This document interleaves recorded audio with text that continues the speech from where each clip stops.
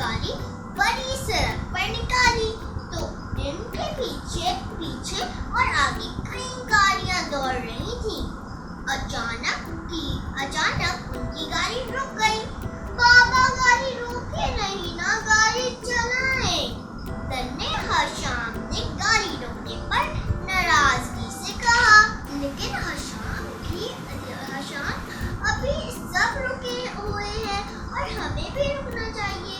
हानिया ने हशाम को समझाया। अच्छा, अब बताएं कि हमें क्यों रुकना चाहिए?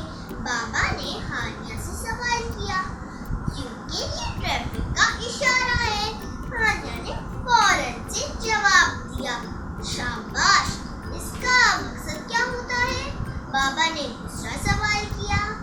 ट्रैफिक के इशारे की मदद से ट्रैफिक को संभाला जाता है ताकि गाड़ियां हादसा से महफूज रहें। वाह भाई वाह! अच्छा, इस लाल बत्ती का मतलब क्या होता है?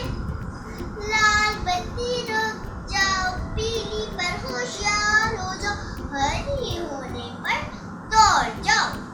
हशाम ने बाबा की बात सुनकर अपनी छोटी सी नज़म सुनाई। वाह भाई वाह! हशाम मियां को भी सब पता है। बाबा मुस्कुराए। बाबा, सबसे पहले ये ट्रैफिक के इशारे कहाँ इस्तेमाल किए गए थे? हानिया ने सवाल किया। बेटा, ये इशारे पहले मर्तबा लंदन में हड्डियों के आने जाने को महफूज बनाने के वर्ष से इस्तेमाल किए गए थे। ये तकरीबन 1850 की बात है कि जब बिजली नहीं होती थी।